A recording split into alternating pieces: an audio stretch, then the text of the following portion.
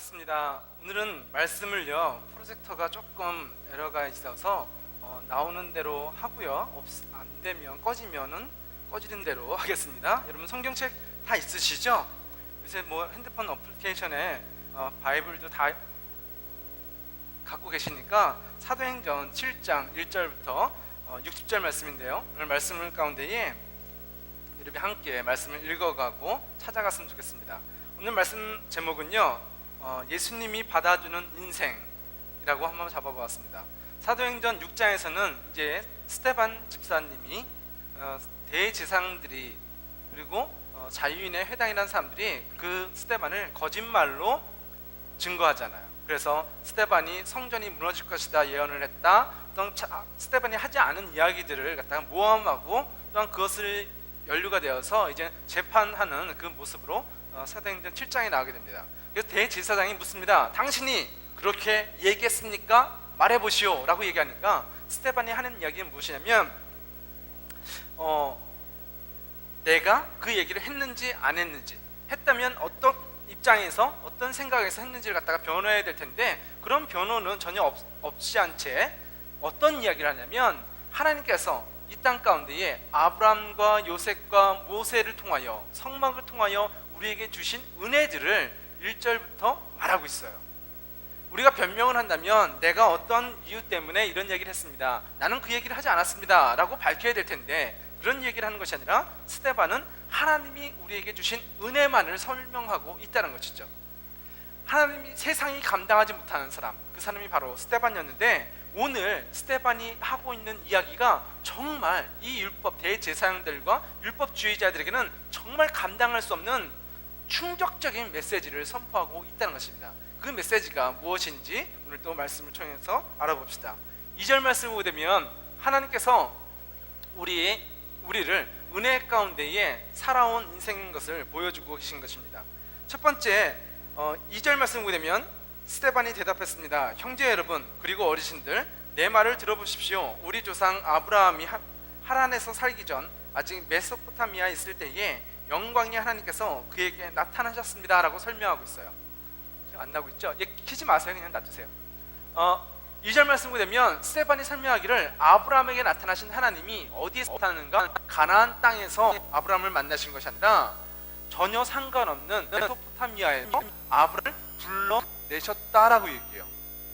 아브라함은 아직 하나님이 누구신지, 어떻게 하나님을 믿는 것인지 모릅니다. 그런데 하나님께서는 아브라함을 택하여 주시고 하나님 자스로를 아브라함에게 가르쳐 주시고, 또한 아브라함을 민족의 조상으로 이끌어내시는 은혜 가운데에 이스라엘이 서게 되었다라고 설명하는 것이죠.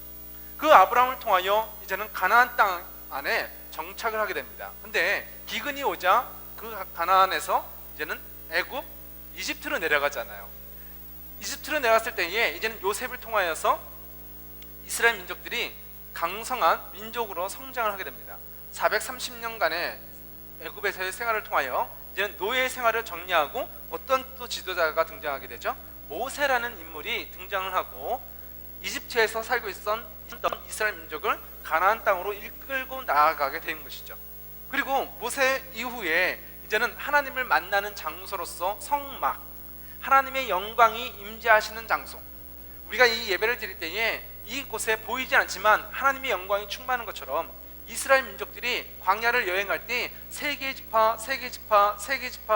지파가 나누어서 삥 둘러싸고요, 그 중심에 성막, 하나님이 임재하시고 제사를 드리는 성막을 세웠습니다. 그리고 그 성막에서 이스라엘 민족들이 번제로 나아갈 때에 하나님의 영광이 이스라엘 민족 가운데 중심에 있는 이 성막으로 구름처럼 불기둥으로 임재하였다라고 얘기하고 있는 것이죠. 하나님의 영광이 드러났다라고 얘기합니다. 그리고 이 성막의 시대가 지나가고 이제는 성전, 돌로 지은 성전의 시대가 또 이루게 됩니다. 그러면서 스데반이 설명하기를, 당신들이 하나님의 은혜로 이스라엘 민족들이 내가 무엇을 해서 말씀을 잘 지켜서 하나님의 백성 된 것이 아니라 하나님의 전적인 은혜로 우리가 이곳에 서 있게 되었는데, 이스라엘 민족 당신과 우리들은 어떤 모습이었다? 율법으로 범죄하는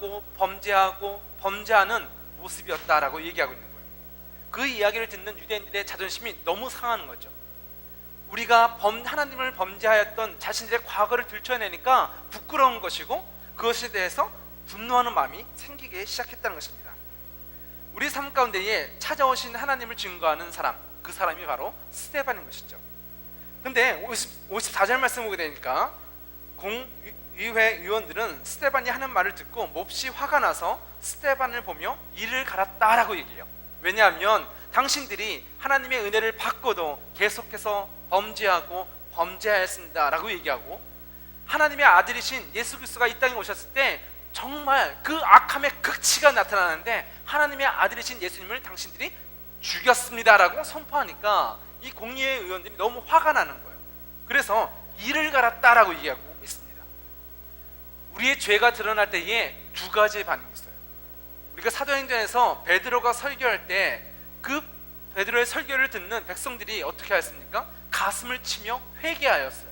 어찌할꼬 하나님의 말씀을 듣고 보니 내가 죄인인 것이 드러나서 베드로의 설교 앞에, 하나님의 말씀 앞에 수많은 영혼들이 회개하며 돌아오는 역사가 나타났다라고 성경은 가르쳐주고 있죠. 우리의 죄가 드러날 때 한쪽의 반응은 회개한다는 것입니다. 근데 오늘 공의회 이 사내들인 그 유대인주의자들은 어떤 모습이었죠?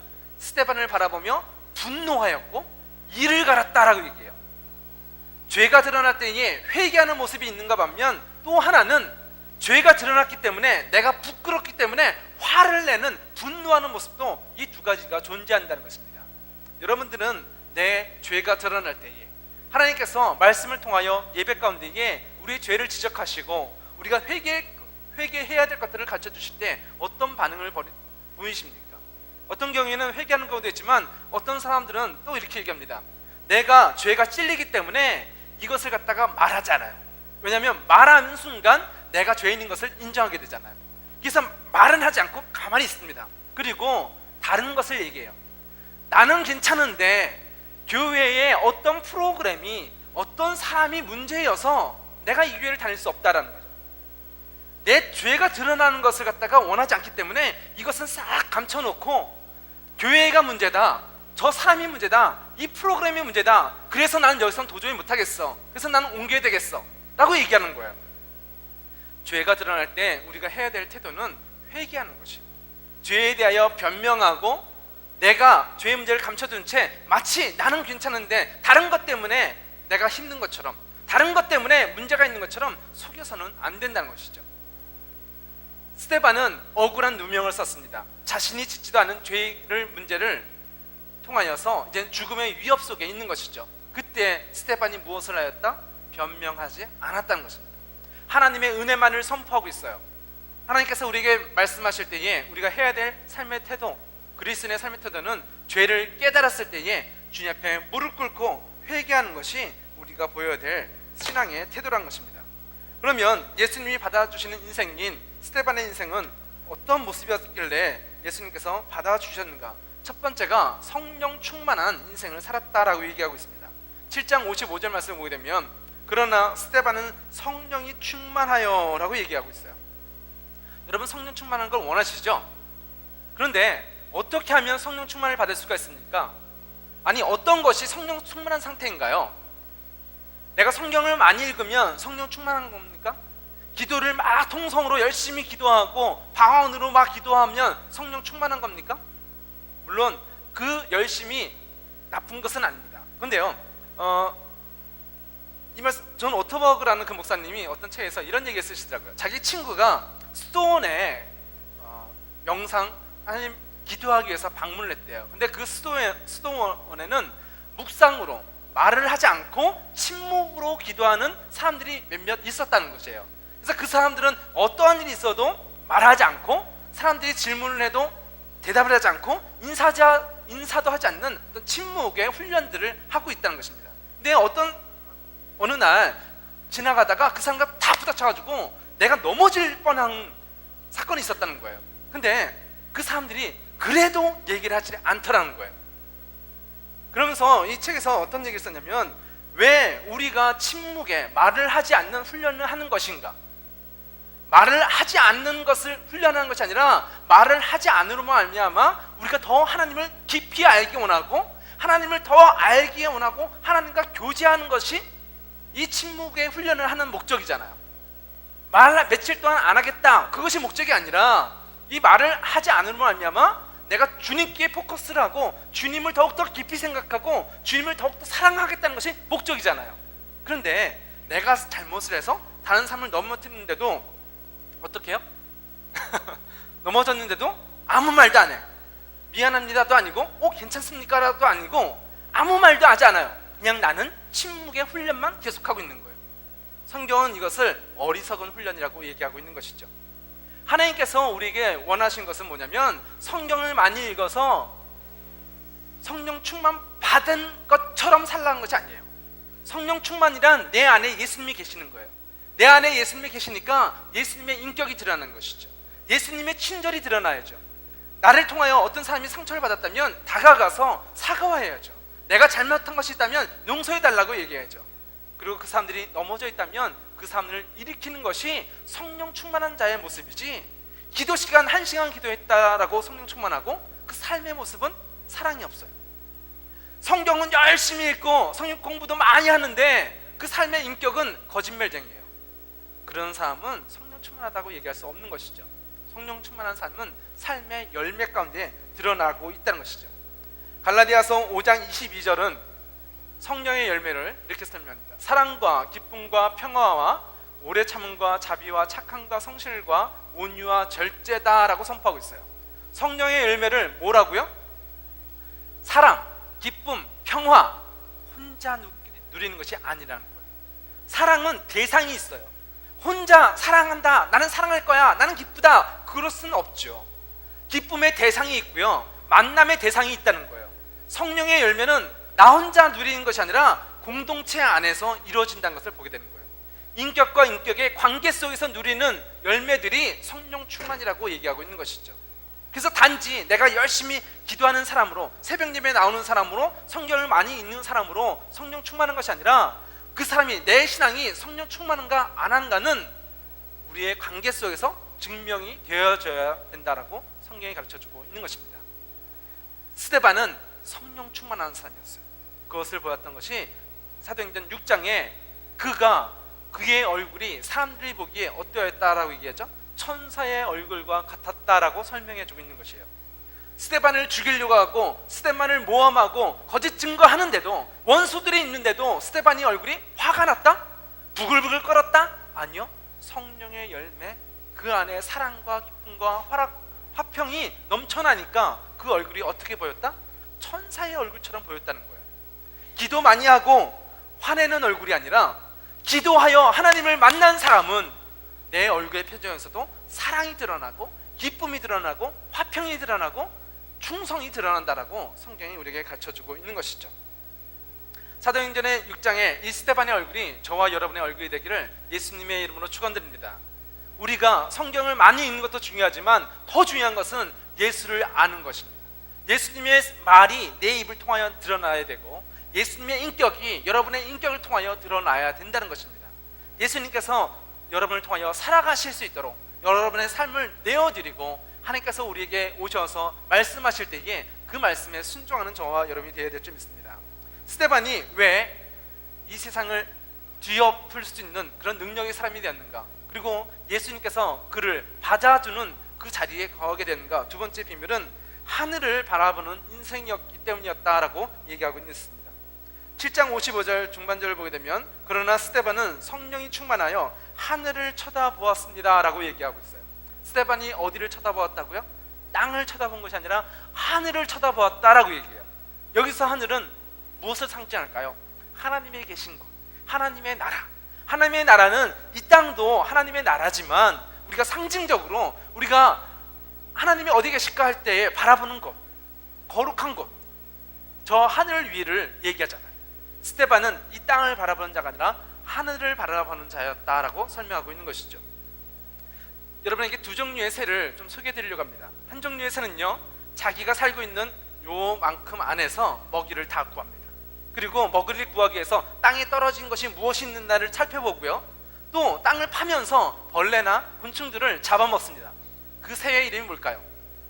닭입니다. 땅에 있는 먹이만 찾아보다가 하늘을 바라보는 것이 아니라 땅에 있는 먹이들을 찾아다니다가 나는 것을 잃어버린 새. 땅을 파다가 그곳에 있는 벌레는 잡아먹지만 하늘을 쳐다보지 않는 새. 그 새가 바로 닭이란 것이죠. 근데 또 하나의 새가 있습니다. 그 새는 어떤 새냐면 하늘 5km까지 5,000m까지 날아올라요. 근데 5,000m를 날고 있을 때에 그 새가 날갯짓을 하지 않고 가만히 날개만 펴고 있습니다. 이 새가 나는 방법은 내 힘으로 나는 것이 아니라 공기 중에는 상승기류라는 것이 있다고요. 그래서 바람이 이 새를 날아오르게 밀어 올리는 거예요. 그 바람에 내 몸을 맡기는 채로 날갯짓하지 않은 채 가만히 있는 새. 그 새 이름이 뭘까요? 독수리예요. 근데 그 독수리는요, 눈이 얼마나 좋은지 사람 눈이 보통 1.5가 좋다라고 얘기하잖아요. 그죠? 그래서 진짜 좋은 사람은 2.0이라고 얘기하잖아요. 근데 독수리의 시력이 8.0이래요. 그래서 많게는 10.0까지도 독수리가 멀리 볼 수 있다는 거예요. 5,000m에서 10.0의 시력으로 세상을 바라보는 거예요. 그리고 500m 상공에서 하늘을 날면서도 물속에 물고기가 날아다니는 것을 보면서 헤엄쳐 나가는 것을 보고 내려 꽂아서 그 물고기를 잡는다는 거예요. 한 마리의 새는 땅을 바라보고 땅에서 먹을 것을 구하고 어디 뭐 숨어 있는 게 없나? 뭐 떨어진 게 없나? 뒤적거리다가 나는 것도 잃어버렸다면, 또 한 마리의 새는요, 자기가 나는 것이 아니라 바람을 타고 올라가 먼 곳을 바라보고 누구도 찾지 못한 그것을 정확한 눈으로 낚아채는 독수리가 있다는 것이죠. 여러분의 인생은 어떤 인생입니까? 하늘을 바라보는 인생이십니까? 아니면 이 세상에 무엇이 나를 행복하게 해줄까? 무엇이 필요한데 그것이 어딨지? 땅만을 찾아 헤매는 인생을 살아가고 계십니까? 스데반은 오늘 하늘을 바라보았다라고 얘기해요. 그는 영적으로 독수리와 같은 사람이었다는 것이죠. 하나님을 바라보기에 그 영혼이 날개치며 올라가는 인생을 살았다는 것입니다. 근데 우리가 왜 매일 낙심하며 좌절하며 살아가고 있을까요? 하나님을 바라보면 독수리처럼 날아올라갈 텐데 하나님을 바라보지 않고 땅의 것만 바라보니까 왜 여기 없는 거지? 어디 있는 거야? 뭐 어디를 가야 되지? 방황하는 인생을 살아가고 있다는 것입니다. 하늘을 바라보는 인생, 그는 스데반은 예수님이 받아주시는 그 인생을 살아가고 있다라고 성경은 우리에게 가르쳐주고 있는 것이죠. 세 번째, 스데반이 하나님이 받으시는 그 인생을 살 수 있었던 이유는 하나님의 영광과 예수님의 모습을 보는 인생이었기 때문이었다라고 얘기합니다. 7장 55절 하반절을 보게 되면 그는 하나님의 영광과 예수님께서 하나님의 오른편에 서 계신 것을 보았습니다 라고 얘기해요. 무엇을 보았다고요? 하늘을 그냥 막연히 아이고 저기 가면 좋겠다 라고 보는 것이 아니라 그럼 참 좋을 텐데 막연한 소망을 얘기하는 것이 아니라 분명한 꼴을 봤다는 거예요. 그것은 무엇이죠? 하나님의 영광이에요. 예수 그리스도를 바라보았다는 것입니다. 인생 대충 살아가고 우연히 내가 이 자리에 있는 것이 아니라 우리가 이 자리에 있는 이유는 하나님을 만나기 위해 왔다는 것이죠. 스데반은 하늘을 바라볼 때에 분명한 목적과 방향을 가지고 살아가는 삶인 것을 보여준 것입니다. 우리 삶 속에 가장 중요한 것이 무엇일까요? 믿음이 중요하다고 얘기합니다. 그런데 실제적으로 믿음도 중요하지만 우리는 돈도 필요하다고 얘기하고 성공도 필요하다고 얘기하고 내가 사랑하는 사람도 필요하다고 얘기하고 직장도 필요하다고 얘기하고 집도 필요하고 자동차도 필요하고 수많은 것들이 필요하다고 얘기합니다.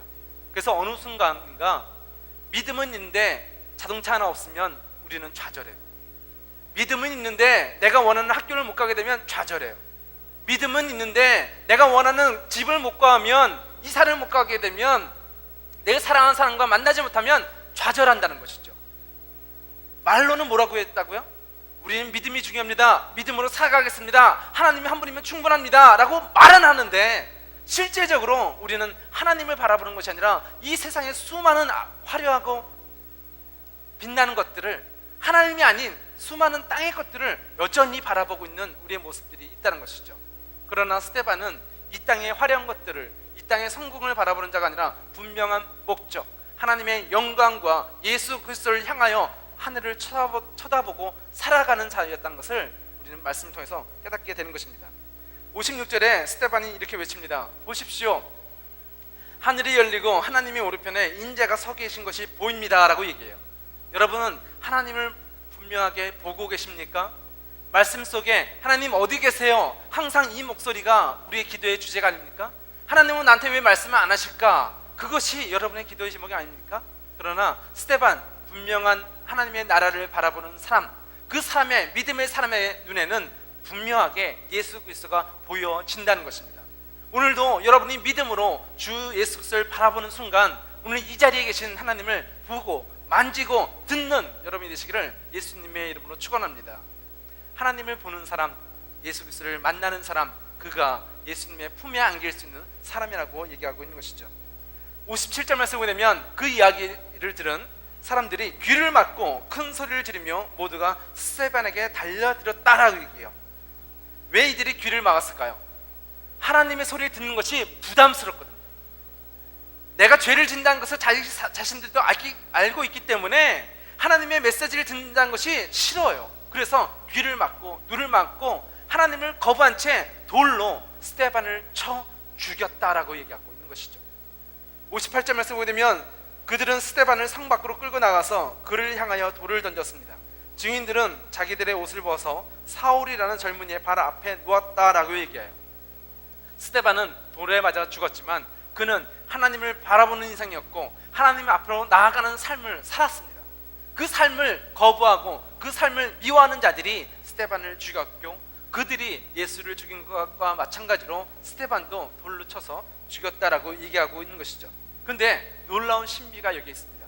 스데반은 돌에 맞아 죽은 것 같지만 그는 죽은 것이 아니라 부활의 인생을 살아간다는 것입니다. 세 번째 결론이 죽음이 가려먹지 못하는 부활의 인생이 스데반의 인생이다라고 성경은 말하고 있습니다. 사도행전 7장 59절과 60절 말씀을 보게 되면 사람들이 스데반을 돌로 칠 때 스데반은 주 예수님 내 영혼을 받아 주십시오라고 얘기해요. 내 영혼을 맡길 장소가 있었다는 것이죠. 2012년 1월 30일자 포춘주에서 미국에서 가장 좋은 직장이 어떤 직장인지를 100대 기업을 뽑았습니다. 그리고 그 중에 1등한 기업이 어떤 기업일까요? 바로 구글입니다. 근데 그 구글에서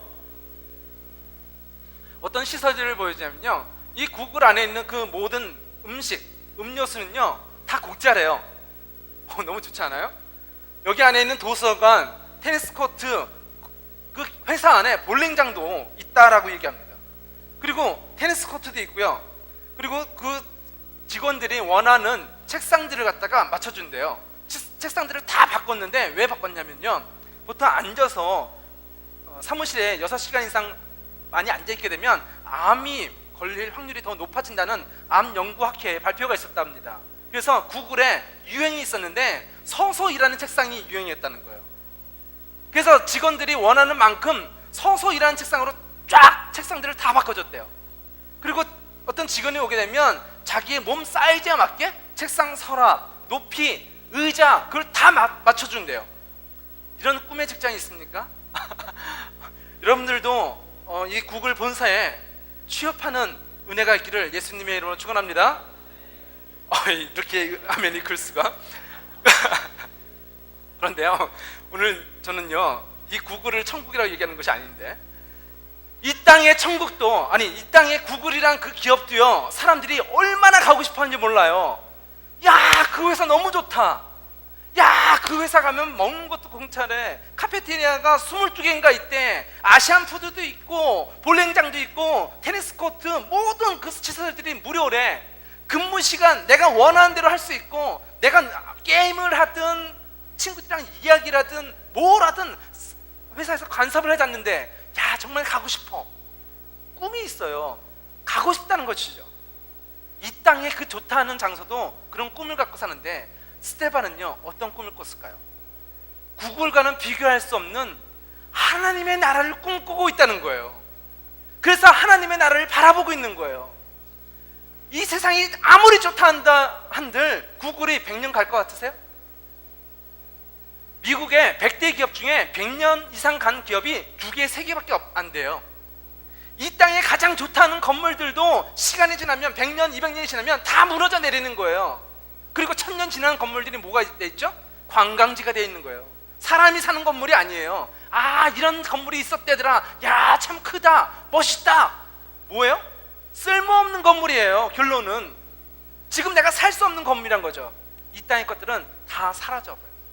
지금 그렇게 화려해 보이고 좋아 보여도 그것들은 다 사라져버리는 세상의 헛된 것들이라고 성경은 선포하고 있는 것이죠. 그런데 다 사라져버릴 그것도 사람에게 용기와 힘과 소망을 주는데, 영원한 나라를 바라보는 너희들이 어떻게 하여 낙심하고 살아가고 있는가? 영원한 나라를 바라보는 스데반은 돌에 맞으면서도 찬양하며 죽었다는 거예요. 왜? 이 세상과는 비교할 수 없는 가장 크고 놀라운 장소이기 때문에.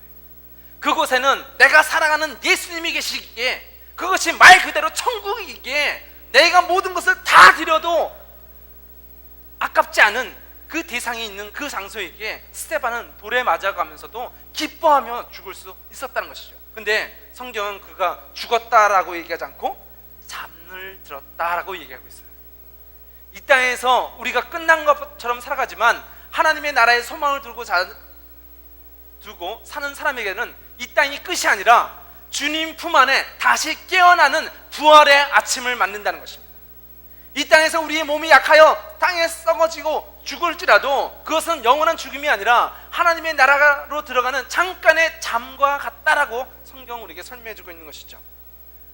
그래서 59절에 주님, 내 영혼을 받아 주십시오, 예수님의 품 안에 사모하며 나아가는 스데반의 기도가 들려져 있는 것입니다.